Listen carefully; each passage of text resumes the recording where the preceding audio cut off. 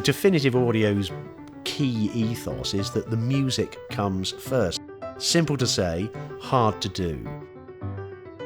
The music should determine what you do, what you choose in your system curation.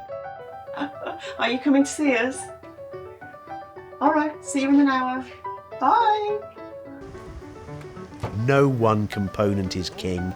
It is about system matching to allow the music to lead the way. That's filled the system in a treat. And it really, really, really does make your system sing. There is nobody that's borrowed one that hasn't said, aha, okay, and kept it. It's just wonderful. This holistic, system-centred approach that I was using for Definitive Audio led to me looking at loudspeakers much more critically. They're the most editorial item in the hi-fi chain. They're the most room-dependent. So I thought the most natural thing to do would be to design loudspeakers that were a hand-in-glove fit with what I was doing. And that's how Living Voice came into being. The key with Living Voice and with Definitive Audio is the two brands work in lockstep. And it is all about the music and to be able to capture musical performance with a fidelity to sentiment and expression, not just sound. And that is what guides everything we do, all of our choices. But this, it's got that coherence. Well, I think that comes from the fact that we're a systems specialist. And it's the way the system works as a whole. And it's, the SJS stuff, for example, we work in conjunction with SJS and voice the amplifiers with them. When a system is really good, nobody talks about the equipment. You go to Discogs and get a pristine mint first pressing. And the musical experience, the thing that makes your brain light up, is that we're after. And anything that serves that end is what I want in Definitive Audio, either in the form of a component that I've chosen or in terms of the design choices that I make or Simon makes with his electronics, what Michael makes with his transformer designs. It's about getting to that, forget about the equipment, transcendent musical joy. That's what we're about. It's quite a departure, isn't it? Yeah.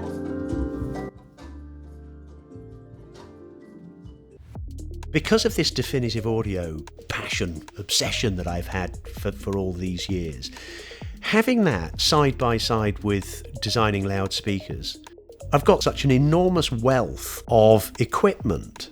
Because this is the original prototype. Yeah. In terms of the record players, the cartridges, the CD players, the DACs, the cables, the equipment tables, 4 listening rooms that I can use for developing that are all very different from each other. There's an extremely rich portfolio of equipment that I can use, and it allows my design work to be very contextualized. I can develop things that are going to fit with the real world. And it's a real privilege to be able to develop the loudspeakers with such a broad range of superb equipment. And to listen with people who want a musical result. You wouldn't even recognise it as the same amplifier. Yeah, sorted. And people come in all shapes and sizes with all sorts of different priorities, preferences and prejudices. You can take them seriously and you can think, these are valid observations. They inform and feed you in your design and development decisions. So how's it been? The feedback I get is generally phenomenal.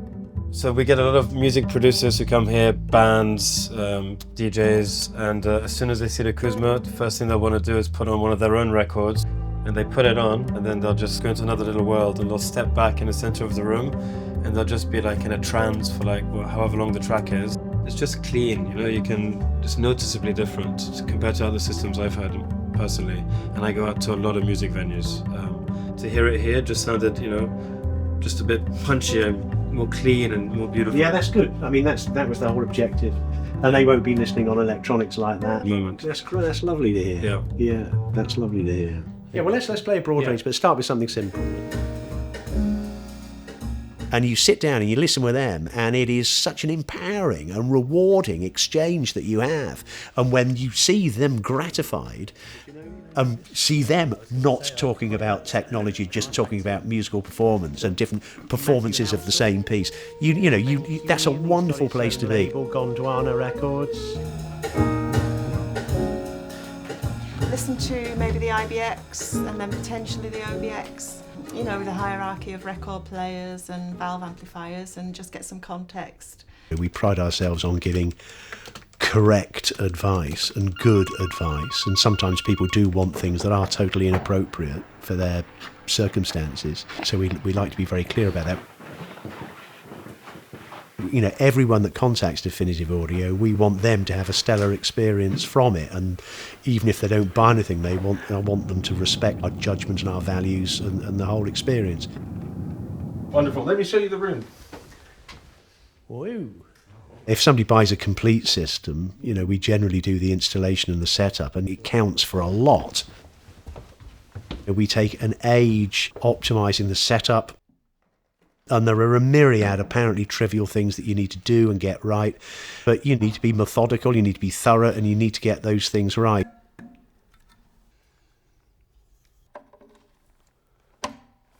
We try an awful lot of stuff.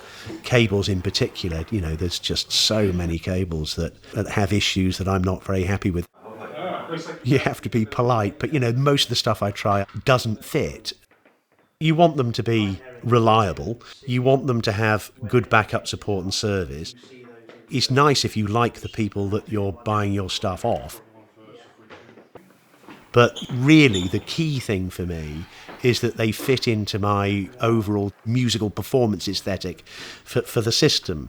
Wow, that amp is just gorgeous. It's very hard to talk about the best.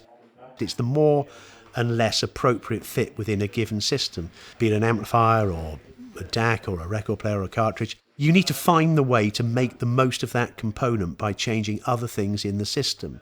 And it just requires listening and a desire to find the result.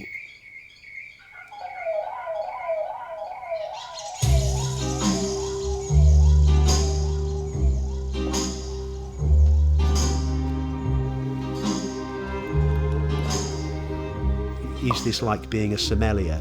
Yeah, I think it is. It's like being a chef, and it is not like being a nutrition scientist. So we need to put our white coats down. Your good health. And it's not that. It's about the flavour balance. Wonderful.